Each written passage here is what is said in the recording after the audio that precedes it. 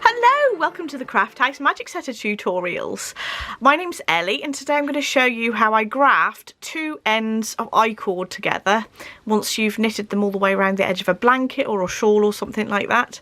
I do have a tutorial for how I do the I-cord edging. I will leave a link to that in the description bar down below. But basically, I've picked up stitches all the way around the outside of the blanket and I've knitted an I-cord all the way around. With this particular one, I've used two separate threads, one to pick up the stitches and then a separate yarn to actually knit the I-cord itself, so that I could pick up a certain amount of stitches because it's quite a big blanket, then knit the I-cord up to that length and then pick up some more stitches. So I don't have to pick up all the stitches all at once and it breaks it up a little bit. I also have several tutorials on how I knit the Cozy Memories blanket and I'll leave links to those in the description bar down below as well.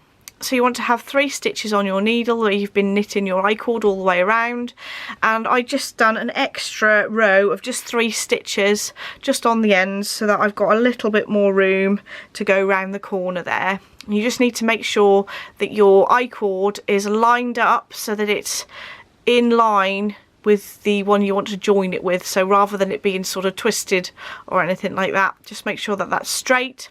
And then I've cut my yarn and threaded a darning needle so that there's about 6 inches in length of yarn there so that I can sew the ends together. So if you look closely at the I-cord, you've basically been knitting 3 stitches all the way around there, so they've kind of wrapped the edge of your blanket, and you have one row of V's at the back, another row of V's at the side and another row of V's at the front. So bear in mind that you want these V's to be in line with the 3 stitches on the I-cord this side. So what you first want to do is, your yarn is actually joined to the left hand side of the stitches there, so you're going to place the yarn over to the right hand side of the work, and the first thing you need to do is slip off the first stitch onto your darning needle, turn over the I-cord and find the first V on the back of the work, pop your needle through,